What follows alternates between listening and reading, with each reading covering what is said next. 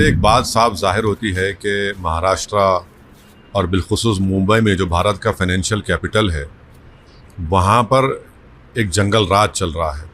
और बड़े अफसोस के साथ ये बात कहना पड़ता है कि मुंबई की पुलिस जो अपने प्रोफेशनलिज्म के लिए पूरे भारत में मशहूर है, वहाँ पर इस तरह की हत्याएं हो रही हैं। तो इससे एक बात मालूम होती है कि वहाँ की शिंदे और फडणवीस की सरकार के पास कोई पॉलिटिकल विल नहीं है। वो पुलिस को बंद करके रखे हैं, उनको काम करना नहीं दे रहे। और तीसरा ये है कि उनको सिर्फ इलेक्शन की फ़िक्र है। महाराष्ट्र और मुंबई में जो आम जनता है, उनकी सेफ्टी का उनको ना कोई पासो लिहाज है, ना उसका कोई प्रोग्राम है उनके पास। और एक 3 मरतबा के एमएलए और जो ख़ुद उनकी पार्टी के अलायंस में है, आप उसकी हत्या कर दी जाती है, जिस समय 3-3 गोलियां मारी जाती हैं। तो ये बड़ा ही दर्दनाक, अफसोसनाक और शिंदे और बीजेपी सरकार की सरासर नाकामी है ये। और इससे एक पैगाम मिलता है कि वहाँ पर कोई भी सुरक्षित नहीं है। आप ये दूसरी हत्या हो गई है उनके अलायंस के पार्टनर की, जब आप अपने ही गुट के लोगों को नहीं बचा पा रहे हैं। और मालूम ही हो रहा है कि मरहूम एक्स एमएलए साहब ने, बाबा सिद्दीकी साहब ने लिख कर भी दिया था कि उनको थ्रेट है, तो उसके बावजूद भी उनको कोई सिक्योरिटी नहीं प्रोवाइड करे। तो ये कंप्लीट पॉलिटिकल फेलियर है, लॉ एंड ऑर्डर का फेलियर है और ये बहुत बड़ी कॉन्स्पिरेसी है।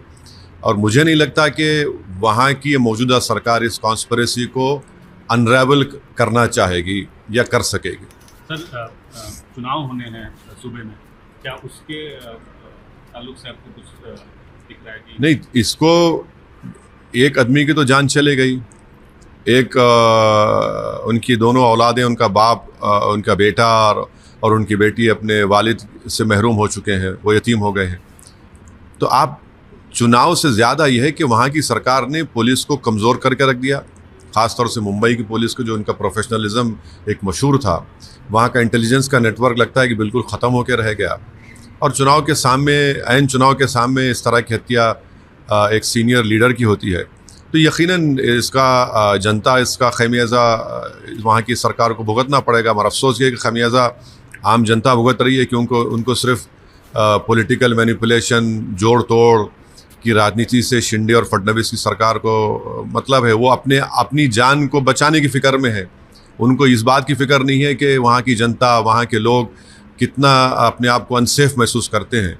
तो यकीनन ये जनता, महाराष्ट्र की जनता इनको सबक सिखाएगी, क्योंकि इस तरह दिन कोई गाड़ी के करीब आकर 3-3 गोलियां चला देता है बाबा सिद्दीकी के ऊपर।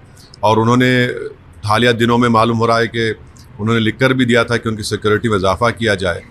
तो ये मुंबई के लिए, जो भारत का एक फाइनेंशियल कैपिटल है, ये मैसेजिंग जो हो रही है, बहुत गलत मैसेजिंग जा रहा है।